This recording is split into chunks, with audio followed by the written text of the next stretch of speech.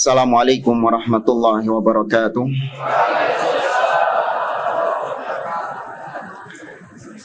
Innal hamdalillah nahmaduhu wa nasta'inuhu wa nastaghfiruh wa na'udzu billahi ta'ala min syururi anfusina wa min sayyiati a'malina. Man yahdihillahu fala mudhillalah wa man yudlil fala hadiyalah.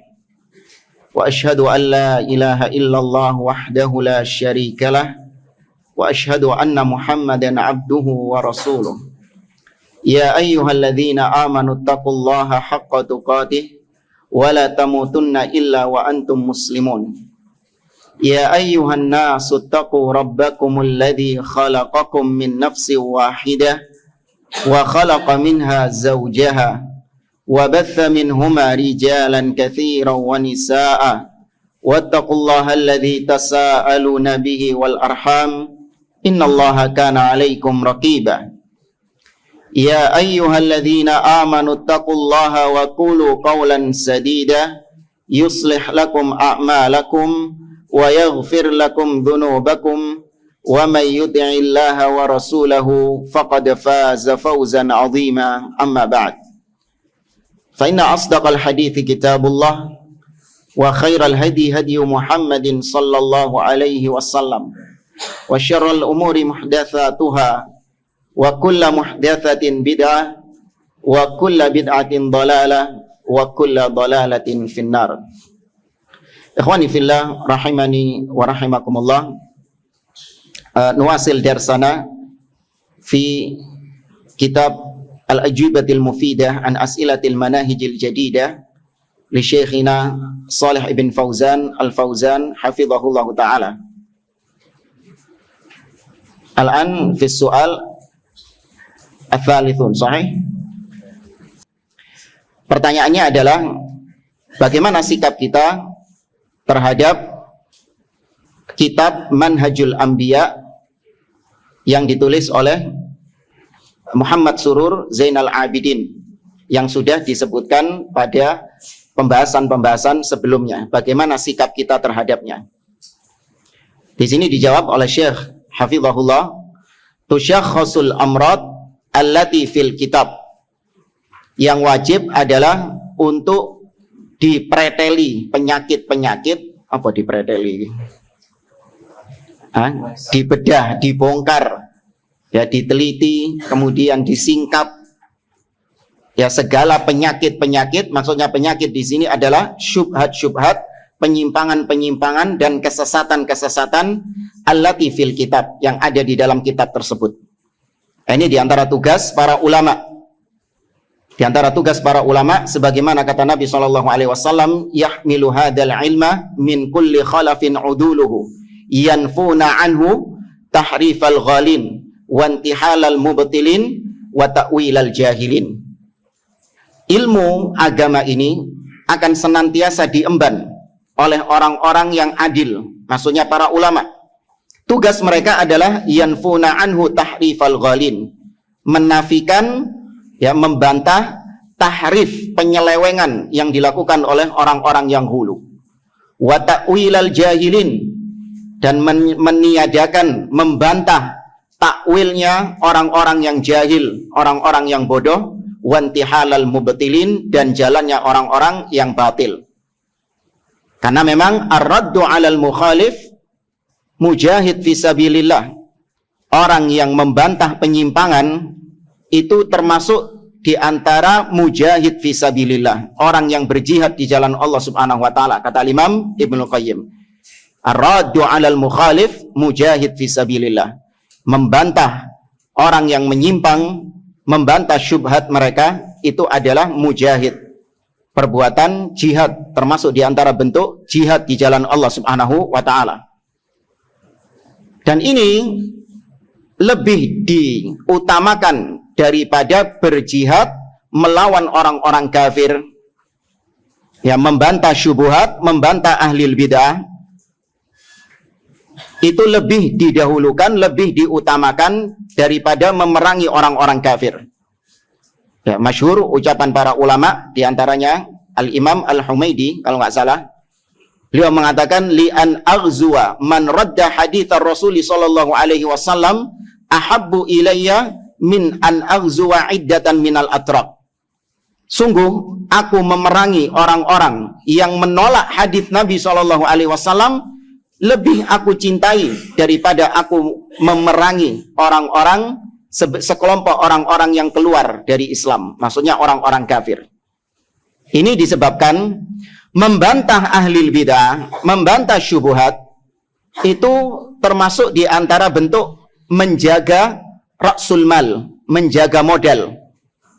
Sedangkan memerangi orang-orang kafir itu talabur ribah, mengambil keuntungan. Maka kalau dari segi bisnis, mana yang lebih utama untuk dipertahankan? Menjaga modal atau mencari keuntungan? Menjaga modal. Ya, menjaga modal lebih diutamakan daripada mencari keuntungan. Makanya ahlus sunnah itu banyak dituduh oleh ahli bid'ah, kalian ini kok seringnya menyerang kaum muslimin. Ya, seringnya kalian itu membantah kaum muslimin. Sedangkan orang-orang kafir tidak pernah kalian bantah. Ini ucapannya juga lebay, berlebihan. Ya, ahlus sunnah membantah semua penyimpangan. Baik dari kalangan kaum muslimin yang menyimpang atau dari kalangan orang-orang kafir, dan itu yang dipraktekkan oleh para ulama. Sebagaimana yang kita sampaikan, Syekhul Islam Ibnu Taimiyah rahimahullah. Beliau banyak menulis kitab-kitab berupa bantahan kepada ahli bidah. Tapi di sisi lain, beliau juga punya kitab yang membantah orang-orang kafir. Ada yang tahu apa nama kitabnya? Syekhul Islam Ibnu Taimiyah. Yang khusus membantah orang-orang An-Nasara. Yahudi masuk juga di situ. Apa nama kitabnya? Naam, ahsan. Al-Jawabus Sahih liman baddala dinal Masih. Yaitu kitab Syekhul Islam Ibnu Taimiyah membantah orang-orang Nasara. Beliau juga membantah orang-orang kafir. Ini menunjukkan dakwah salafiyah ahlus sunnah itu juga membantah orang-orang kafir. Demikian juga Imam Ibnul Qayyim Al-Jauziyah. Beliau selain aktif membantah penyimpangan-penyimpangan di dalam tubuh kaum muslimin, beliau juga membantah orang-orang kafir. Dalam kitabnya misalnya Hidayatul Hayara fi Ajwibatil Yahudi wan Nasara. Memang lebih kecil kitabnya daripada tadi, Al-Jawabus Sahih. Al-Jawabus Sahih itu sekitar 6 sampai 7 jilid. Ya, Syekhul Islam Ibnu Taimiyah rahimahullah. Tapi kalau Hidayatul Hayara Ibnul Qayyim itu cuman ya 1 jilid saja, ya tergantung cetakannya sih sebenarnya. Cuman lebih kecil daripada Al-Jawabus Sahih. Namun bantahannya kepada ahli bid'ah lebih banyak. Ya, ini disebabkan memang tadi lebih baik memprioritaskan untuk memperbaiki internal kaum muslimin daripada memerangi orang-orang yang ada di luar kaum muslimin. Menjaga modal lebih diutamakan daripada mencari keuntungan. Ya, sekali lagi bukan berarti dakwah salafiyah membiarkan ya kekufuran orang-orang kafir, tidak membantah syubhat-syubhat mereka. Enggak, tetap dibantah. Ya, namun lebih diutamakan internal penyimpangan-penyimpangan yang ada di dalam tubuh kaum muslimin. Dan itu menunjukkan kasih sayang dakwah salafiyah, kasih sayang ahlus sunnah kepada kaum muslimin. Makanya ini penerapan firman Allah subhanahu wa ta'ala, Muhammadur Rasulullah, walladzina ma'ahu asyidda'u 'alal kuffar, ruhama'u bainahum. Ini sering disalah artikan oleh ahli bidah. Kaum muslimin itu katanya harus asyidda'u 'alal kuffar, harus keras kepada orang-orang kafir dan saling lemah lembut kepada sesama mereka, sesama kaum muslimin. Apa yang dimaksud lemah lembut di sini? Yaitu tidak membantah penyimpangan-penyimpangan mereka. Ya, tidak membantah syubhat-syubhat mereka, membiarkan kesyirikan mereka, membiarkan kebid'ahan mereka. Kenapa? Islam itu harus rahmat, harus kasih sayang. Ini kebalik. Kasih sayang yang hakiki harusnya ketika saudaramu, kalau memang kau sayang dengan saudaramu, ketika saudaramu menyimpang, saudaramu mengambil jalan-jalan yang keliru, maka kau peringatkan dia. Kau ingatkan dia. Kau koreksi kesalahannya itu. Itu namanya kasih sayang. Kalau memang sayang sama saudaranya. Bukan malah dibiarkan. Ya, biarkan cek keblubuk mesisan wis. biar jelungup mesisan sudah. Tidak, itu namanya nggak sayang. Ya, pernah kita ibaratkan mana yang atau pernah kita ibaratkan antum lebih sering orang tua antum lebih sering marahin antum atau marahin anak tetangga? Hah? Siapa yang lebih sering? Oh, antum tidak pernah dimarahin sama orang tua ya? Masya Allah. Mana yang lebih sering? Orang tua antum lebih sering marahin antum atau marahin anak tetangga? Marahin antum. Apakah berarti orang tua antum lebih sayang sama anak tetangga? Tidak. Itu menunjukkan orang tua antum sayang sama antum. Berarti buktinya antum diperhatikan. Ketika antum keliru, antum salah, diperingatkan sama dia, dinasehati, diluruskan. Itu menunjukkan bentuk kasih sayang. Ya, adapun anak tetangga nggak segitunya, ya nggak segitu diperhatikannya sama dia, sama orang tua antum. Kembali ke sini, maka tugas para ulama adalah menyingkap, ya, memereteli, membedah penyakit-penyakit yang ada di dalam kitab tersebut, yaitu kitabnya Muhammad Surur Zainal Abidin. Kemudian wayutlab sahbuhu minal maktabat, dan kitab-kitab tersebut harus ditarik, dicabut peredarannya dari perpustakaan-perpustakaan. Ya, kalaupun memang ada, itu dikasih rak khusus yang tidak sembarangan orang bisa membacanya. Mungkin hanya untuk ya para ustadz atau orang yang memang sudah mumpuni keilmuannya, akidah dan manhajnya, tujuannya dalam rangka untuk meneliti dan membantahnya, nah itu mungkin dibolehkan. Tapi kalau dibiarkan orang awam membacanya, maka ini nggak boleh. Ya, nggak boleh untuk umum, kitab-kitab kesesatan itu. Dan di maktabah-maktabah yang pernah kita kunjungi, itu juga ada rak khusus yang berisi kitab-kitabnya ahli bid'ah. Ya, pernah kita dapati kitab ini Usulul Kafi. Tahu kitab Usulul Kafi? Bukan Usulul Sunnah ini. Karangannya siapa? Al-Kulaini. Itu kitab induknya Sahih Bukharinya Rafidhah. Ya, Usulul Kafi. Kemudian Biharul Anwar, karangannya Al-Majlisi.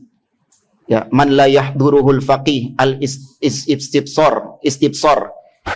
Itu ditaruh dalam rak khusus, dikunci sama orang penjaga maktabahnya. Nggak boleh sembarangan orang membaca kitab-kitab tersebut. Harus dengan izin khusus.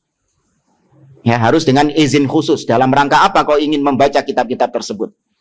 Ya, nah ini diantara kelemahan yang kemarin kita sampaikan. Memang ada kemudahan bagi tulab, bagi para penuntut ilmu di zaman sekarang, kemudahan untuk mendapatkan kitab-kitab yang dia inginkan. Jadi bisa pakai PDF kan? Ya, kita kalau mau misalnya baca syarah usul sunnah, syarah usul thalatha, baca kitab ini, ya nggak perlu jauh-jauh ke maktabah. Kalau kita ingin membacanya bisa dengan kita download gratis. Internetnya bayar tapi. Tapi di samping kemudahan itu ada mudaratnya juga. Apa mudaratnya? Kitab-kitab ahli bid'ah juga ikutan tersebar, juga ikutan masif tersebar. Itu kemudaratannya. Maka harus ditarik. Wa man'uhu minad dukhuli ilal mamlakati, dan harus dilarang, dicegah masuk ke kerajaan Saudi Arabia. Nah, ini wewenang waliul amr, wewenang penguasa untuk membatasi impor, ya, masuknya kitab-kitab dari luar Saudi yang membawa pemikiran-pemikiran yang menyimpang, entah itu Ikhwanul Muslimin atau Syiah Rafidhah atau Hizbut Tahrir. Nah, itu wewenang penguasa untuk membatasinya. Tapi di sini ada footnote. Beliau membawakan footnote dari ucapan Samahatul Syekh Abdul Aziz bin Baz fi muhadarati bi unwan Afatul Lisan, dalam muhadarah beliau dengan judul Afatul Lisan atau bahaya lisan di kota Taif. An kalami Muhammad Surur Zainal Abidin. Beliau berbicara tentang ucapannya Muhammad Surur Zainal Abidin wa mauqifuhu min kutubil aqidah wa mauqifihi min kutubil aqidah fi su'al sabiq. Dan tentang ucapan Muhammad Surur Zainal Abidin berkaitan dengan sikap dia terhadap kitab-kitab akidah. Masih ingat apa ucapannya Muhammad Surur Zainal Abidin tentang kitab-kitab akidah salaf? Disifati dengan apa? Java, kering, ya, kerontang, kering kerontang. Nah, bagaimana jawaban Syekh Abdul Aziz bin Baz rahimahullah ta'ala? Beliau mengatakan, hadza ghalatun azim. Ini adalah kesalahan, kengawuran yang sangat besar. Kutubul aqidah, kitab-kitab aqidah, as-sahih annaha laysat jafaan. Kitab-kitab aqidah yang benar itu bukan kering kerontang. Qala Allah, qala Rasul. Tapi kitab-kitab akidah salaf itu isinya adalah Allah, firman Allah, sabda Nabi sallallahu alaihi wasallam. Fa idza kana yasiful Qur'ana was sunnata bi annaha jafa fa hadza riddatun 'anil Islam. Maka kalau Muhammad Surur mensifati Al-Qur'an dan As-Sunnah, memang secara langsung dia nggak mensifati Al-Qur'an dan Sunnah. Tapi yang dia jelek-jelekkan adalah kitab-kitab akidah salaf. Yang isinya kitab akidah salaf adalah Al-Quran dan Sunnah juga. Ya, makanya dia nggak berani langsung mengatakan Al-Quran dan Sunnah itu kering kerontang. Gak wani deh. Nggak berani dia. Tapi dia mengatakan kitab-kitab akidah itu kering kerontang. Ini cara-caranya sama seperti Rafidhah. Rafidhah nggak mampu untuk mengatakan atau mencela Nabi SAW. Tapi yang dicela adalah sahabat Nabi SAW. Yang direndahkan, yang dihancurkan kredibilitasnya adalah sahabat Nabi SAW. Ketika sahabat Nabi sudah hancur kredibilitasnya, sudah jatuh wibawanya, maka otomatis Nabi SAW juga ikutan kena dampaknya. Karena tidaklah bersahabat dengan seseorang kecuali yang semisal dengannya. Ya, kalau sahabatnya saja sudah modelnya kayak gitu, bagaimana lagi dengan Nabi SAW? Itu yang diinginkan oleh orang-orang Rafidhah. Apabila dia mensifati Al-Quran dan Sunnah itu kering kerontang, fahadza riddatun 'anil Islam, maka ini adalah kemurtadan dari Islam. Meskipun di sini beliau wallahu a'lam memvonis perbuatannya, ucapannya. Ya, bedakan antara memvonis perbuatan, ya, memvonis perilaku dengan memvonis pelaku. Itu dua hal yang berbeda. Ahlussunnah wal Jamaah itu memvonis perilaku dan pelakunya juga apabila terpenuhi syarat-syarat dan dihilangkan pencegah-pencegahnya. Tapi ketika kita memvonis perilakunya, tidak melazimkan pelakunya itu pasti kafir juga.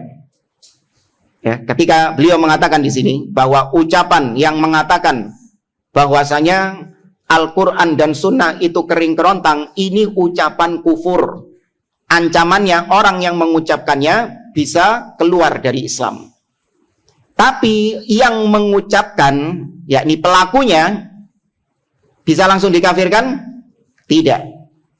Ya, dilihat dulu syarat-syarat pengkafirannya dan pencegah-pencegahnya. Dan yang memvonis adalah para ulama atau qadhi, ya, hakim di pengadilan. Itu memvonis individu.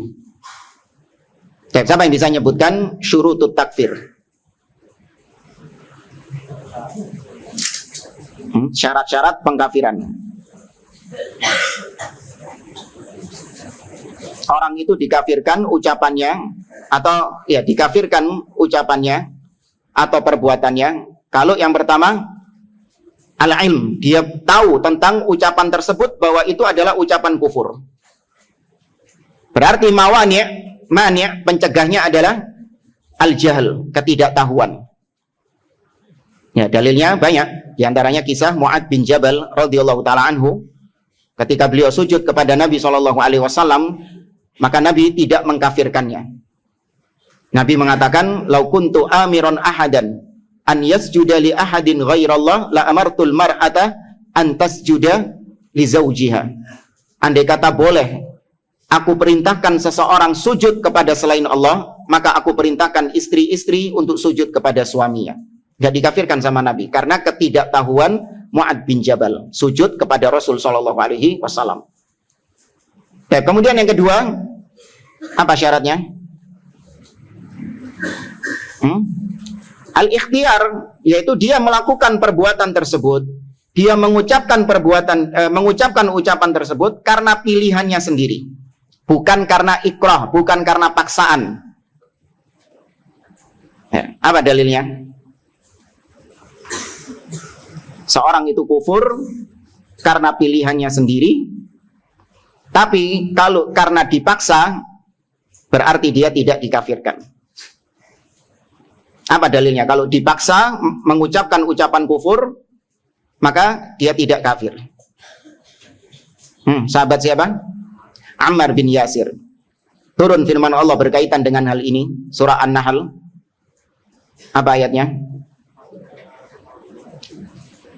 Man kafara billahi Naam ahsan. Man kafara billahi min ba'di imanihi illa man ukriha wa qalbuhu mutmainnun bil iman walakin man syaraha bil kufri sadran al-ayah. Barang siapa yang kufur kepada Allah setelah dia beriman, maka dia akan mendapatkan azab dari Allah. Kecuali orang yang dipaksa sedangkan hatinya masih di atas keimanan. Kemudian yang ketiga, di antara syarat seorang dikafirkan adalah dia melakukan itu karena kesengajaannya. Ya, karena kesengajaannya, bukan karena al-khata', bukan karena kesilapan atau ketergelinciran atau kepleset, bukan. Tapi memang karena kesengajaan. Berarti kalau karena ketergelinciran, ketidaksengajaan, maka dia nggak dikafirkan. Apa dalilnya? Allahumma anta abdi wa ana rabbuk. Ya, ucapan seorang yang kehilangan unta dan perbekalannya, dia mengatakan, ya Allah, engkau adalah hambaku dan aku adalah Rabbmu. Ini ucapan super kufur. Ya, lebih kufur daripada ucapannya Fir'aun, ana rabbukumul a'la. Ya, lebih kufur ucapan ini. Tapi apakah dikafirkan sama Nabi? Tidak. Nabi mengatakan akhta'a li syiddatil farah. Orang ini salah, keliru, kepleset karena saking senengnya, saking gembiranya dia. Ya. Dan syarat-syarat yang ditambahkan oleh para ulama yang lain.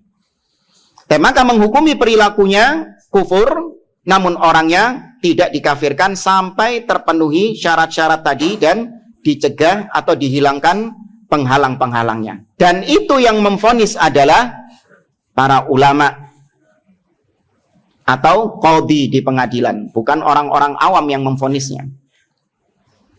Nah, ini yang sering disalahpahami oleh sebagian orang. Mereka menganggap ahlus sunnah, dakwah salafiyah itu suka mengkafirkan. Ya, katanya kita ini dahulu para ulama-ulama itu susah-susah mereka berdakwah, mengajak orang masuk Islam. Ini sekarang orang-orang salafi dengan mudahnya mereka mengeluarkan, mengkafir-kafirkan orang dari Islam. Ini gagal paham. Yang kita katakan, yang sering kita dengungkan adalah perbuatan, perilakunya, ucapannya itu ucapan kufur. Adapun individu-individunya kita serahkan kepada para ulama atau kepada qadhi. Nggak boleh sembarangan kita mengkafirkan individu-individu muslim. Tapi kalau perbuatannya, sampaikan saja, nggak ada masalah. Ya, contoh kasus misalnya, merokok dapat menghilangkan jantung. Kok menghilangkan jantung? Apa? Menyebabkan kanker, serangan jantung, gangguan impotensi, dan yang lainnya itulah peringatan rokok itu. Itu vonis perbuatan atau pelakunya? Perbuatannya. Karena jelas yang disebutkan merokok, bukan perokok. Ya, perilakunya. Perilaku merokok itu bisa menyebabkan tadi kanker, impoten, serangan jantung. Adapun pelakunya, apakah mesti dia sakit dengan penyakit-penyakit tadi? Belum tentu. Ya, belum tentu. Dan yang berhak untuk memvonisnya siapa? Dokter. Nggak bisa kita kemudian ngelihat orang ngerokok, wih, ini pasti impoten ini. Nggak bisa. Nggak bisa. Wah, ini pasti serangan jantung ini. Nggak bisa. Yang bisa memvonis adalah para dokter. Diteliti sama dokternya, ya kan, dicek. Nggak tahu apanya yang dicek, baru kemudian dokter memvonis, Pak, sampean kena serangan jantung, sampean kena kanker, sampean kena impoten, dan seterusnya. Itu dokter. Adapun kita menyampaikan secara global ancamannya. Ya, bahwasanya perilaku merokok itu bisa menyebabkan penyakit ini, dan ini. Maka tinggalkan ya rokok tersebut. Ya, apalagi hukumnya haram. Ya, apa dalil haramnya rokok? Wala taqtulu anfusakum innallaha kana bikum rahima. Ya, wala tulqu bi aidikum ila tahlukah. Kemudian Allah juga mengatakan dalam surat Al-A'raf, alladzina yattabi'una ar-rasulan nabiyyal ummiyal ladzi yajidunahu maktuban 'indahum fit Taurati wal Injil ya'muruhum bil ma'ruf wa yanhahum 'anil munkar wa yuhillu lahumut thayyibat wa yuharrimu 'alaihim al-khaba'ith. Ya, Nabi itu mengharamkan atas mereka al-khaba'ith, dan rokok termasuk al-khaba'ith. Ya, kalau ngeyel, wah kan nggak ada kata-kata rokok di situ. Apa jawaban antum? Nah ini sekarang alhamdulillah bungkus peringatan pemerintah tentang rokok itu sesuai dengan ayat tadi. Apa? Merokok dapat membunuhmu. Itu wala taqtulu anfusakum. Cocok ya San. Iya. Baik. Nah, apalagi antum lihat rokok itu ada tanggal produksi kadaluarsanya. Nggak pernah lihat kadaluarsanya, karena sejak diproduksi sudah kadaluarsa. Ya kan, sejak diproduksi itu sudah kadaluarsa. Makanya sampai nggak ada tanggal kadaluarsanya itu. Allah musta'an. Kembali lagi ke sini, maka beliau Syekh Abdul Aziz bin Baz itu memvonis perbuatan atau ucapannya Muhammad Surur Zainal Abidin. Hadhihi, padahal kalau beliau sekelas beliau memvonis kafir Muhammad Surur Zainal Abidin, itu sudah kapasitas beliau. Ya, sekelas Syekh Abdul Aziz bin Baz itu sudah ulama yang memang berhak untuk menjatuhkan vonis kafir kepada individu.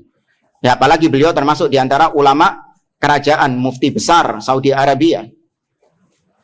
Hadhihi ibaratun saqimatun khabithatun. Ini adalah ucapan yang jelek, ucapan yang khabith, yang kotor, yang keji, yang menjijikkan. Wa su'ila an hukmi bai'il kitab. Dan beliau ditanya tentang hukum menjual kitab-kitabnya Muhammad Surur Zainal Abidin. Faqala, maka beliau menjawab, in kana fihi hadzal qaul fala yajuzu bai'uhu.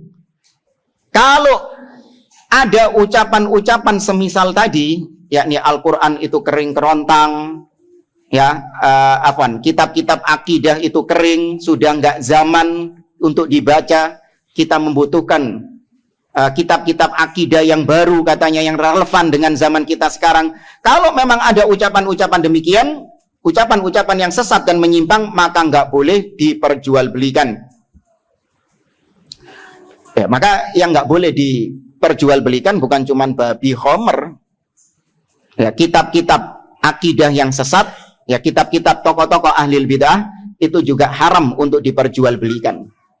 Nah, ini hati-hati yang mungkin punya bisnis jual beli kitab, jual beli buku, harus diteliti kembali apakah benar kitab tersebut berisikan al-haq, jangan-jangan kitab tersebut berisi syubhat. Ketika Anda menjual kitab tersebut dan kitab itu diajarkan kepada kaum muslimin, maka dosa yang disebabkan karena hal tersebut Anda juga ikut menanggung dosanya. Anda juga ikut kena saham di situ. Punya andil dalam penyebaran syubhat tersebut karena Anda yang menjualnya. Nabi SAW mengatakan, man da'a ila dhalala kana lahu wizruha wa wizru man tabi'aha. barang siapa yang menyeru kepada dhalalah, kepada kesesatan, maka baginya dosa dia dan dosa orang-orang yang mengikutinya. Ya, dosa orang-orang yang mengikutinya juga kena juga. Maka harus disortir lagi. Apakah kitab-kitab yang antum jual itu benar-benar berisi al-haq? Kalau nggak tahu, ya tanya kepada orang yang tahu. Mungkin baru tahu antum judulnya. Judulnya ini kitab baru ini. Penulisnya, mu'alifnya. Kadang mu'alifnya itu, penulisnya itu disamarkan ya. Abu Fulan. Ya, kalau dulu siapa? Yang syekh nggak jelas itu. Idahram ya. Ya, Idahram sopo lu. Hah? Namanya kadang disamar-samarkan, nggak jelas siapa ini. Ya, apalagi memang judulnya naudzubillah. Maka jangan cuma mencari untung ya. Wah, ini kan kitab lagi viral ini. Banyak orang yang cari ini. Kalau saya jual mendapatkan keuntungan yang banyak, mendapatkan cuan yang banyak, haram penghasilan antum. Menjual kitab-kitab seperti itu haram penghasilannya. Ya, lebih buruk daripada jualan babi, daripada jualan khamr. Kalau jual babi dan khamr, maka kerugian atau yang berdosa adalah hanya orang yang mengkonsumsi babi dan khamr itu saja. Tapi kalau menjual kitab-kitab syubhat yang berisi tentang kesesatan-kesesatan, kebid'ahan-kebid'ahan, bahkan kesyirikan-kesyirikan, maka ini menyebar nggak dosanya? Menyebar dosanya. Paham ya maksudnya ya? Nah, kalau orang beli babi dimakan, ya wis berhenti cuman di mana? Berhenti cuman di dia, babi nentek ya wis. Paham ya? Minum khamr, orang beli khamr, antum jualan khamr. Maka selesai diminum khamrnya sama dia, sudah selesai. Ya, apakah dia bisa memproduksi khamr untuk orang lain juga? Enggak. Tapi kalau syubhat, ya kitab-kitab syubhat, apalagi yang beli seorang ustadz, seorang dai, dibacakan sama dia di depan jamaah-jamaahnya. Antum yang jualan kitab itu juga terkena dosanya. Naudzubillah. Tapi kalau wis kadung punya, ya Ustaz ini dulu kadung beli, diapakan? Nah, kalau di sini beliau mengatakan apa? Wa yajibu tamzikuhu, maka wajib disuwek-suwek, dirobek-robek.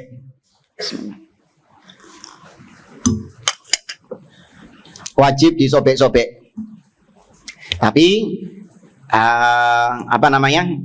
Hati-hati membuang kitab-kitab berisi syubhat ini, jangan sampai kita melecehkan atau merendahkan ayat-ayat Al-Quran atau hadits-hadits Nabi yang termuat di dalamnya. Ya, karena kitab-kitab ahlil bid'ah masa kosong dari dalil-dalil Al-Quran? Ada dalilnya juga nggak? Ada, mereka memuat ayat-ayat Al-Quran. Kalau nggak memuat dalil, gak payu. Mereka juga memuat dalil-dalil Al-Quran dan Sunnah. Nah, itu hati-hati ketika membuangnya. Maka lebih aman dibakar. Ya. Atau kalaupun tidak mau dibakar, jangan diberikan kepada orang lain. Ya, nanti kalau orang lain takutnya juga dijadikan sebagai bungkus gorengan. Pernah kita dapati bungkus gorengan isinya ayat-ayat Al-Quran. Buku-buku ini loh. Buku-buku pelajaran agama SD itu buat bungkusnya gorengan itu. Nah, ini nggak benar. Maka berikan kepada ya seorang ustadz atau yang antum ketahui dia ini memang perlu bisa untuk membantah kitab-kitab yang menyimpang itu. Ya, diberikan kepada orang yang tepat untuk kemudian dijadikan bahan membantahnya, referensi dalam membantah. Karena Ahlus Sunnah itu ketika membantah harus dengan bukti, dengan referensi. Nah, kalau antum berikan kepada seorang ustadz yang memang aktif membantah ahlil bid'ah, maka antum justru mendapatkan pahala di situ. Ya, karena dengan referensi antum, dia bisa membantah ahlil bid'ah tersebut. Ya, dia bisa memberikan, menebarkan bantahannya kepada kaum muslimin yang sudah kadung teracuni dengan kitab-kitab syubhat tersebut. Nah, wa mithlu kalami Muhammad Surur yaqulu Hasan At-Turabi. Ada yang ucapan yang semisal dengan Muhammad Surur dari seorang yang bernama Hasan At-Turabi. Ini orang Sudan. Orang yang hidup di zaman sekarang, baru meninggal tahun 2016 kemarin. Ya, Hasan At-Turabi dari Sudan. Nah, itu mirip dengan Muhammad Surur Zainal Abidin. Apa kata dia? Yanbaghi li fiqhil aqidatil yauma an yastaghniya an ilmil kalamil qadim wa yatawajjah ila ilmin jadid ghairi ma'hudin lis salaf. Tambah luwih terang maneh. Kata dia, wajib bagi orang-orang yang mendalami akidah di masa sekarang untuk dia mencukupkan diri dari kitab-kitab akidah yang kodim, yang lama. Maksudnya kitab-kitab akidah salaf. Artinya nggak perlu sudah kitab-kitab akidah salaf. Dan dia beralih kepada ilmu yang baru yang tidak ada kaitannya dengan zaman salaf. Mirip nggak ucapannya? Membutuhkan fikih yang baru, yang berbeda dengan zaman salaf. Lanjut lagi kata dia, wa alaina an nanzura fi usulil fiqhil islami wa fi ra'yi anna an-nadrata salimata li usulil fiqhil islami tabda'u bil Qur'an. Kata dia, wajib atas kita untuk kita lebih memperhatikan usul fikih Islam. Ya, pondasi-pondasi fikih dalam Islam. Dan menurut pandanganku bahwa pandangan yang selamat, cara yang selamat untuk kita memahami fikih Islam adalah kita mulai dengan Al-Quran. Alladhi yabdu annana muhtajuna fihi ila tafsirin jadid. Kita membutuhkan Al-Quran. Dimulai dengan Al-Quran. Ya, kalau ingin paham tentang fikih Islam, itu dimulai dengan Al-Quran. Dan yang nampak bagi kita adalah kita sekarang ini butuh penafsiran Al-Quran yang baru. Ya, butuh penafsiran yang baru, yang jadid. Idza qara'tumut tafasiral mutadawilah bainana tajidunaha murtabidatan bil waqi' alladhi sighat fihi. Kata dia, kalau antum membaca kitab-kitab tafsir yang sudah beredar, yang sudah populer, ya di zaman sekarang tafsir Tabari, ya tafsir Ibnu Katsir atau tafsir As-Sa'di dan yang lainnya, kitab-kitab tafsir yang sudah populer itu terikat dengan waqi' atau kejadian-kejadian, peristiwa-peristiwa ditulisnya kitab tafsir tersebut. Artinya sama seperti ucapan Muhammad Surur Zainal Abidin, kitab-kitab akidah itu cocoknya di zaman tersebut, di zaman ketika kitab akidah itu ditulis. Nah, sama kitab-kitab tafsir itu cocoknya memang untuk zaman atau kejadian-kejadian di zaman kitab tafsir ditulis itu. Ya, di zaman kitab tafsir tersebut ditulis. Kalau Ibnu Katsir abad ke-7, abad ke-8. Ya wis, cocoknya abad ke-7 ke abad ke-8. Adapun abad-abad setelahnya, maka butuh tafsir apa? Tafsir yang baru. Ya, butuh tafsir Al-Quran yang baru. Kullu tafsirin yu'abbiru an aqliyati asrihi. Semua kitab tafsir itu mengungkapkan apa-apa yang terjadi pada zamannya. Mengungkapkan ide-ide, gagasan-gagasan yang terjadi di zaman ditulisnya kitab tafsir tersebut. Illa hadzal zaman, kecuali zaman kita sekarang. Artinya zaman kita sekarang ini belum ada kitab-kitab tafsir yang ditulis sesuai dengan realita yang terjadi sekarang. La nakadu najidu, hampir-hampir kita tidak mendapati fihi tafsiran asriyan syafian. Kita tidak mendapati ada kitab-kitab tafsir yang mumpuni, yang memadai untuk zaman kita sekarang. Nah, ini secara nggak langsung mengatakan kitab tafsir yang sudah ada itu berarti wis expired, wis kadaluarsa. Ya, karena kita butuh penafsiran yang baru. Qultu, kata Syekh Abu Abdillah, aku mengatakan, wa huwa bihadzal kalam yuridu an yufassiral Qur'ana bihasabi ahwa'in nas fi mukhtalifil usur. Dia dengan ucapannya ini, yakni Hasan At-Turabi dengan ucapannya tadi, yang diinginkan sama dia adalah menafsirkan Al-Quran sesuai dengan hawa nafsu manusia.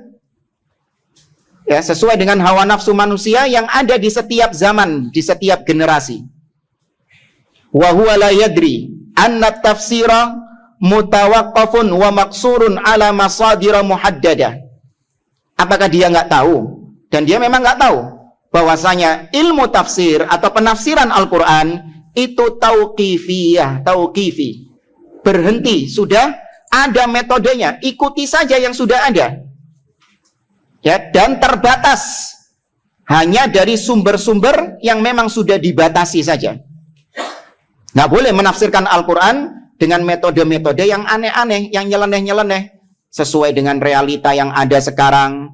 Kayak yang kemarin dulu viral itu desertasi yang menghalalkan zina. Ya, desertasi yang menghalalkan zina. Jadi dia menganggap kalau seorang sudah saling suka dengan orang lain, maka dia boleh untuk ya berhubungan meskipun tidak ada hubungan suami istri. Diibaratkan sama dia dengan budak. Ya. Kenapa kok zaman sekarang berubah? Budak itu diartikan sebagai orang yang sama-sama menyukai, orang yang sama-sama suka, karena budak zaman sekarang sudah nggak ada. Ya, budak zaman sekarang sudah nggak ada. Kalau budak sudah nggak ada, mubadir ayat ini eman. Paham ya maksudnya? Ya, berarti ayat ini nggak bisa dijalankan dong, eman. Ya, Allah menghalalkan budak, tapi budak nggak ada. Oh ya sudah, berarti zaman sekarang ditafsirkan dengan orang yang sama-sama suka. Nah, itu tafsir realita yang ada sekarang. Nah, ini ada orang-orang zaman sekarang ini menggunakan metode-metode tafsir yang bid'ah. Di antaranya metode tafsir yang dikenal dengan hermeneutika. Nah, ini metode tafsirnya orang-orang ahlul kitab, orang-orang Nasoro. Metode tafsir hermeneutika. Adapun ahlus sunnah tidak. Metode kita dalam menafsirkan Al-Quran adalah bukan dengan ngelihat perkembangan zaman yang ada sekarang kemudian dicocok-cocokkan, enggak. Ya, metode penafsiran kita, kata beliau, hiya tafsirul Qur'ani bil Qur'an. Ini yang pertama. Menafsirkan ayat dengan ayat yang lain. Apa contohnya? Banyak. Siapa yang bisa nyebutkan? Apa contohnya menafsirkan ayat dengan ayat yang lain?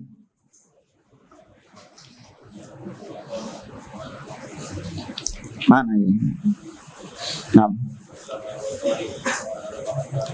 Was-sama'i wat-thariq wa ma adraka mat-thariq. Nah, ayat yang seperti ini kan langsung.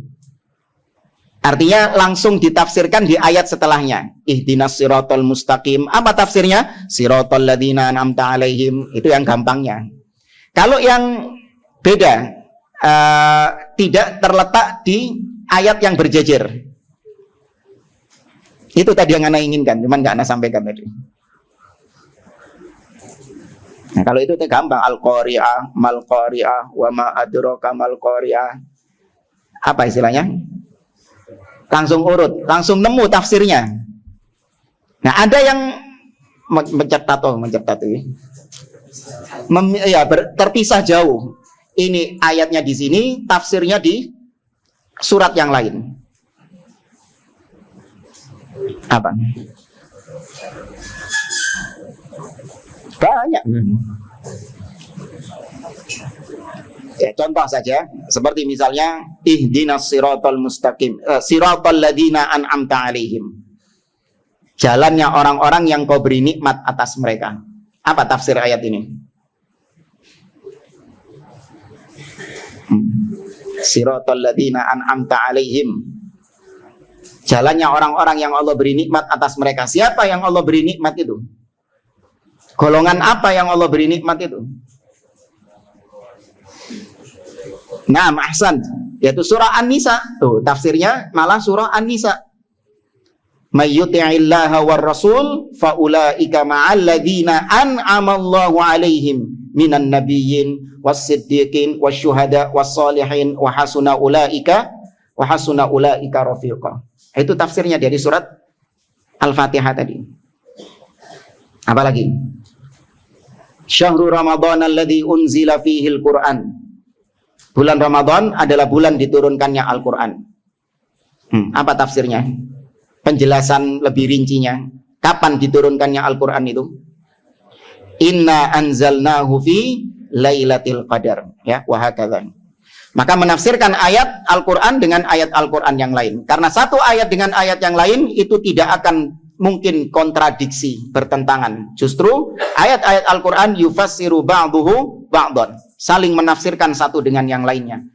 Allah mengatakan, afala yatadabbarunal Qur'an walau kana min 'indi ghairillah lawajadu fihi ikhtilafan katsira. Kata Allah, apabila Al-Qur'an itu bukan dari Allah, maka niscaya kalian akan mendapati banyak perselisihan dan pertentangan, kontradiksi di dalamnya. Kemudian yang berikutnya, wa tafsirul Qur'an bis sunnah. Menafsirkan Al-Qur'an dengan as-sunnah, dengan hadis Nabi sallallahu alaihi wasallam.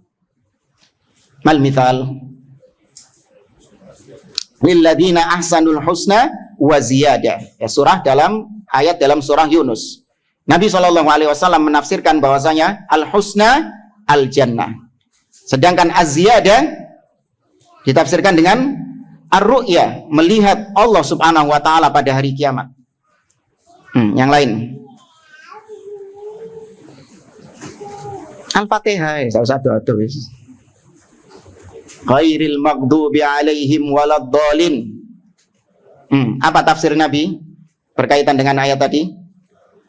Al-maghdubu alaihim al-yahud waddallun an-nasara. Ya, itu menafsirkan Al-Qur'an dengan sunnah. Karena Nabi adalah orang yang paling paham tentang Al-Qur'an dan beliau diperintahkan oleh Allah untuk menjelaskan Al-Qur'an tersebut. Ya, kata Allah, wa anzalna ilaika dzikra litubayyana lin-nasi ma nuzzila ilaihim. Dan kami turunkan kepadamu wahai Muhammad adz-dzikr, Al-Qur'an, litubayyana lin-nas, agar engkau menjelaskan kepada manusia itu. Jadi Nabi manusia yang paling punya otoritas untuk menafsirkan Al-Qur'an daripada yang lain. Kemudian wa tafsirul Qur'an bi aqwalis sahabah. Menafsirkan Al-Qur'an dengan ucapan para sahabat. Ya, di antara yang paling terkenal adalah Abdullah bin Abbas radhiyallahu taala anhuma, yang merupakan sahabat yang memang dikenal sebagai turjumanul Qur'an, ahli tafsir Al-Qur'an, karena didoakan Nabi SAW, Allahumma faqihu fid din wa 'allimhu ta'wil. Maka tafsir Abdullah bin Abbas itu menjadi tafsir yang kredibel. Ya, dijadikan sebagai tafsir yang dijadikan sandaran oleh para ulama. Di antaranya adalah Abdullah bin Abbas ketika menafsirkan firman Allah dalam surah Al-Maidah, "Wa man lam yahkum bima anzalallah fa ulaika humul kafirun." Barang siapa yang tidak berhukum dengan apa yang Allah turunkan, maka merekalah orang-orang kafir. Apa tafsirnya Abdullah bin Abbas? Kufrun duna kufrin, atau kufrun la yanqulu anil millah. Kekufuran yang tidak sampai mengeluarkan seseorang dari Islam. Ya, itu tafsirnya Abdullah bin Abbas. Maka tafsir sahabat Abdullah bin Umar, Abdullah bin Mas'ud, dan yang lainnya itu juga dijadikan sebagai metode dalam menafsirkan Al-Quran bagi ahlus sunnah wal jamaah. Wa tafsirul Quran bimuqtadal lughah allati nazala biha, dan menafsirkan Al-Quran dengan konsekuensi-konsekuensi bahasa. Maksudnya bahasa Arab, yang memang Al-Quran turun dengan bahasa Arab tersebut. Apa contohnya misalnya? Dengan konsekuensi bahasa. Kenapa?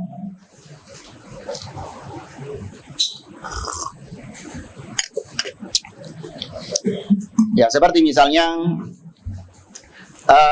tentang kata-kata fauqiyah. Allah Subhanahu wa taala mengatakan apa itu? Wa huwal qahiru fauqa ibadi. Dan Allah itu al-qahir, yang maha perkasa, fauqa ibadi, di atas hamba-hambanya. Nah, kata ahli bid'ah, di atas ini itu maksudnya bukan di atas secara zat, ya, bukan uluwud zat, tapi uluwul qahar, ketinggian Allah secara kedudukan. Makanya ada yang mengartikan bukan uluwul makan, tapi uluwul makanah. Ya, kata seorang tokoh ahli bid'ah, kalau nggak salah Pak Kumis itu. Ya, katanya uluwul makanah, ketinggian kedudukan. Maksudnya kedudukan Allah jika dibandingkan kedudukan hambanya, kualitas Allah jika dibandingkan kualitas hambanya, siapa yang lebih tinggi? Allah. Maka berarti yang dimaksud ayat tadi, wa huwal qahiru fawqa ibadi, tidak berbicara tentang ketinggian zat, tapi ketinggian kualitas.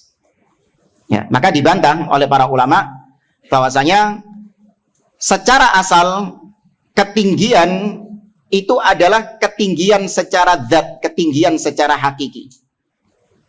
Secara asal. Baru kemudian apabila ada dalil-dalil yang memalingkannya, baru dipalingkan. Seperti misalnya saya mengatakan adz-dzahab fauqal fiddah. Emas itu di atas perak. Ya, maka secara asal yang dimaksud adalah benar-benar ini emas dan ini perak, emas di atas perak secara asal. Tapi juga bisa dipakai untuk maksudnya kedudukan, harga. Harganya emas lebih mahal daripada harganya perak. Ya. Apalagi Allah Subhanahu wa taala menyebutkan dengan kata-kata min tentang para malaikat. Ya khafuna rabbahum min fauqihim. Mereka takut kepada Rabb mereka min fauqihim, dengan tambahan min. Maka dari segi bahasa Arab, tambahan min itu pasti menunjukkan posisi. Ya, pasti menunjukkan zat. Zat Allah itu di atas, lebih tinggi daripada makhluk-makhluknya. Dengan tambahan min. Itu konsekuensi bahasa. Ya, konsekuensi bahasa kayak gitu memang menunjukkan min, kalau ada tambahan min itu pasti posisi. Ya, adz-dzahab min fauqil fiddah misalnya. Bahwasanya emas itu di atas perak, berarti pasti posisinya, bukan harganya. Contoh yang lain juga berkaitan dengan hal ini, menafsirkan Al-Qur'an dengan bahasa Arab, yaitu sering kita mendapati kosakata dalam bahasa Arab, ya terutama yang ada di dalam Al-Qur'an, itu mirip dengan bahasa Indonesia. Maka kalau Anda ingin memahami Al-Quran, gunakan makna yang dalam bahasa Arab, jangan menggunakan makna dalam bahasa Indonesianya. Itu juga masuk dalam maksud ucapan ini, menafsirkan Al-Quran dengan makna bahasa Arabnya. Seperti misalnya fitnah. Ya, fitnah. Fitnah dalam bahasa Arab artinya adalah ya, al-imtihan, al-ibtila, asyirk, al-kufur. Ya, dalam bahasa Arab fitnah artinya itu. Sedangkan fitnah dalam bahasa Indonesia artinya al-ittiham, tuduhan. Tuduhan dusta. Anda tidak melakukan tapi dituduh melakukan. Wah, jangan menfitnah saya. Nah, ketika Anda mendapati kata-kata fitnah di dalam Al-Quran, maka pakai arti yang mana? Bahasa Arabnya atau bahasa Indonesianya? Bahasa Arabnya, jangan pakai arti yang bahasa Indonesianya. Wal fitnatu asyaddu minal qatl. Ini yang sering. Fitnah lebih kejam daripada pembunuhan. Ya kan? Anda dituduh pakai ayat ini. Ya, kamu maling ya? Nyolong ya? Oh enggak. Saya enggak nyolong, kamu jangan memfitnah saya. Fitnah lebih kejam dari pembunuhan. Wal fitnatu asyaddu minal qatl. Ngawur. Salah. Lebih kejam pembunuhan daripada dituduh. Iya enggak? Mana yang lebih besar dosanya? Dituduh atau dibunuh? Membunuh atau menuduh? Membunuh lebih besar dosanya. Tapi ayatnya bunyinya gitu, Ustaz. Ente yang salah paham. Ya, ngapain pakai bahasa Indonesia? Pakai bahasa Arabnya. Ya, ada kosakata yang sama bahasa Indonesia dan bahasa Arab mirip, tapi terkadang maknanya berbeda. Maka pakai yang bahasa Arab, jangan pakai yang bahasa Indonesia. Karena konteksnya kita sedang menafsirkan Al-Quran. Ya, kalau konteksnya Anda sedang berbicara bahasa Indonesia, ya silahkan. Ya, jangan memfitnah saya. Nah, itu sah-sah saja. Konteksnya Anda berbicara bahasa Indonesia. Tapi yang kita bahas di sini, kita sedang mau menafsirkan Al-Quran, ingin memahami Al-Quranul Karim, pakai bahasa Arabnya. Apalagi contohnya? Syirik. Ya, kamu kok syirik banget sih sama aku? Apa artinya syirik? Iri, hasad gitu. Maka jangan mengartikan wa'budullah, Wala tusyriku bihi syai'ah, jangan berbuat syirik. Wah ya jangan syirik kamu. Kamu itu syirik gitu. Saya punya apa mesti syirik sama saya gitu, ya. Wala tusyriku bihi syai'ah. Loh, pakai dalil-dalil gitu. Ya, pakai bahasa Arabnya, jangan bahasa Indonesianya. Karena itu tadi memang ada kosakata bahasa Arab dan bahasa Indonesia sama, artinya juga sama, maknanya juga sama, itu ada. Musyawarah. Bahasa Arab musyawarah, bahasa Indonesia musyawarah. Sama nggak artinya? Sama kalau ini. Ada yang sama. Ya, tapi nggak melulu sama, ada yang beda. Ya, apalagi dua bahasa ini. Bahasa Inggris juga ada. Bahasa Inggris sama bahasa Indonesia. Mirip, katanya mirip, tapi maknanya berbeda. Apa yang bahasa Inggris? Air. Ya, air. Ya kan? Bahasa Inggris apa? Udara. Ya kan? Bahasa Indonesia water, banyu, air. Sama air, tulisannya juga air, sama, tapi maknanya berbeda. Atau yang pengucapan juga gitu. Pengucapannya sama. Ada seorang panglima, ya panglima pasukan, ya komandan pasukan bilang sama prajuritnya, "Give me the gun." Prajuritnya bawa apa? The gun. Prajuritnya bawa the gun gitu. Ya benar, give me the gun gitu kan. Bawa the gun beneran.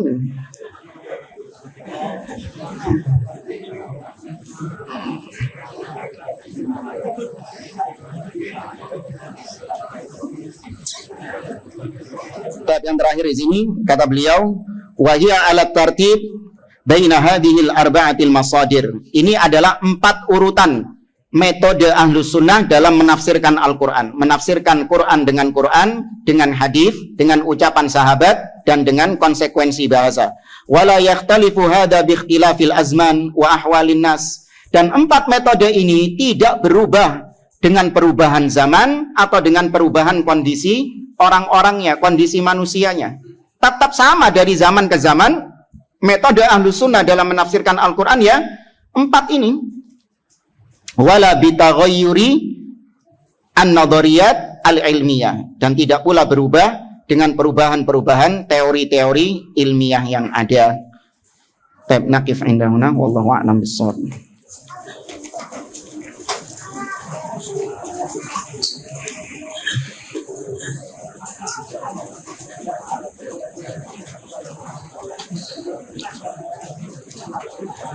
Di sini ada pertanyaan, mohon nasihatnya Ustadz untuk santri kita. Kami sudah pernah menyampaikan berkaitan dengan haramnya pemilu. Antum milih dah. Ngapain sibuk itu? Tetapi masih ada santri kita yang masih membahas pemilu dan ajakan memilih. Ya, dan seterusnya. Ini tahun-tahun politik, ini tahun-tahun fitnah. Pernah kita sampaikan bahwasanya politik-politik yang ada di negeri kita itu adalah politik yang tidak syar'i, politik yang kotor. Ya, Anda bisa bayangkan di negeri kita dengan sistem politik yang kotor seperti itu, bagaimana antum bisa ikut-ikutan andil di dalamnya? Seorang yang pertama, dia mencalonkan diri menjadi seorang pemimpin. Ya, ini minta kepemimpinan. Ini nggak boleh di dalam agama kita. Kemudian dia menggelontorkan dana yang besar, entah dari pribadinya atau dari sumbangan orang lain, untuk dana kampanye. Berapa triliun jamaah? Berapa triliun jamaah? Nyetak baliho, ya kemudian belum lagi kampanye gede-gedean di stadion. Itu kan fulus semua itu. Uang semua itu. Mulai dari awal sampai akhir masa-masa kampanye seperti itu, berapa harta yang dikeluarkan? Itu kalau dari uang pribadinya. Kalau dia kepilih, ya kira-kira ya kita nggak nuduh juga ya. Cuman dia pasti dia ada keinginan untuk mengembalikan modal. Saya sudah habis banyak ini pemilu ini. Saya sudah habis banyak ini untuk entah yang legislatif atau yang lain. Saya habis banyak. Sedangkan gaji saya nggak nutut untuk balik modal. Nah ini terbuka pintu apa? Atau enggak, saya enggak ngeluarkan fulus sama sekali. Ini ada orang yang nyumbang untuk dana kampanye. Emang nyumbangnya gratisan. Kalau Anda terpilih, apa dia enggak cawe-cawe? Enggak ikut-ikutan untuk ngatur antum. Karena dia sudah berjasa menggelontorkan hartanya untuk kampanye antum. Ya belum lagi menjelekkan sesama muslim, ya kubu-kubuan.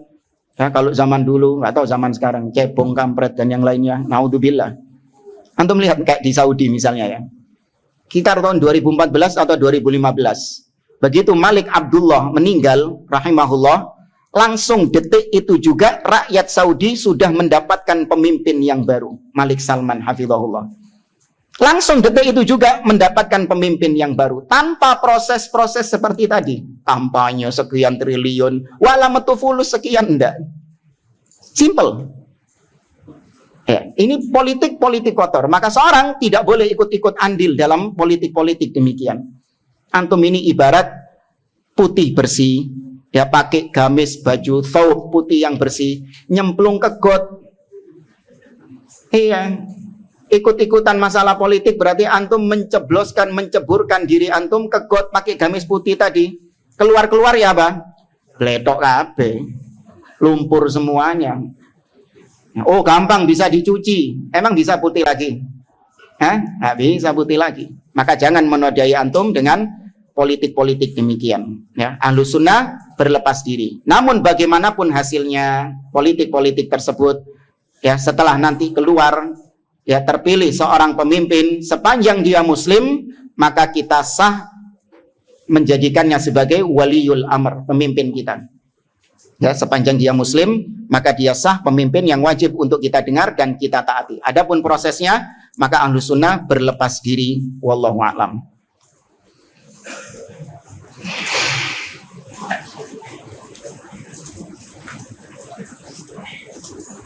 Bagaimana jika kita telah memiliki novel yang sangat banyak dan di beberapa novel atau buku motivasi kehidupan milik ana terdapat ayat dan hadis, apakah perlu dibakar?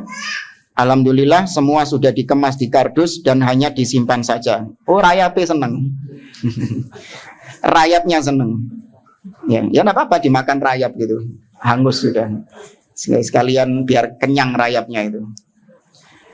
Ya kalau antum dapati di sana ada banyak penyimpangan-penyimpangan, ya tadi caranya kalau antum mau dibakar, dibakar, jangan diberikan kepada orang, kecuali orangnya antum ketahui dia ini orang yang berilmu, yang punya akidah yang bagus, manhaj yang bagus, yang bisa dijadikan referensi bagi dia untuk membuat tulisan-tulisan ilmiah misalnya. Nah, itu boleh antum sumbangkan. Antum berikan kepada orang-orang tersebut. Jangan disumbangkan kepada ya perpustakaan-perpustakaan umum. Ya, jangan disumbangkan ke perpustakaan-perpustakaan yang sifatnya umum. Wallahu a'lam. Bagaimana cara menasihati orang tua yang mendengar dari ahli bid'ah? Antum tetap menasihati, tapi dengan lemah lembut. Ya, dengan sopan. Ya, bagaimanapun juga orang tua tetap wajib untuk dihormati, wajib untuk kita berlemah lembut kepadanya, tidak mengangkat suara. Ada banyak metode-metode, seperti misalnya antum belikan buku lah, kalau memang orang tua antum suka membaca, atau antum kirimi potongan-potongan kajian-kajian, ceramah-ceramah dari masyayikh Ahlus Sunnah atau para dai-dai Ahlus Sunnah, antum kirimkan kepada beliau, terus ya dengan cara-cara yang sopan. Nah, wallahu a'lam. Dan berdoa kepada Allah Azza wa Jalla, semoga Allah memberikan hidayah.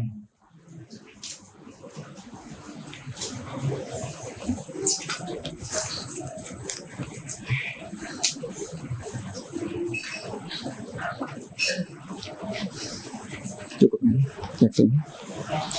Ada beberapa pertanyaan, ini mungkin nanti bisa tanya karena panjang-panjang jawabannya ini. Apalagi berkaitan dengan asma wa sifat. Tapi insyaallah kita lanjutkan di pertemuan berikutnya. Wallahu taala a'lam. Subhanakallahumma wa bihamdik, asyhadu an la ilaha illa anta astaghfiruka wa atubu ilaik. Assalamualaikum warahmatullahi wabarakatuh.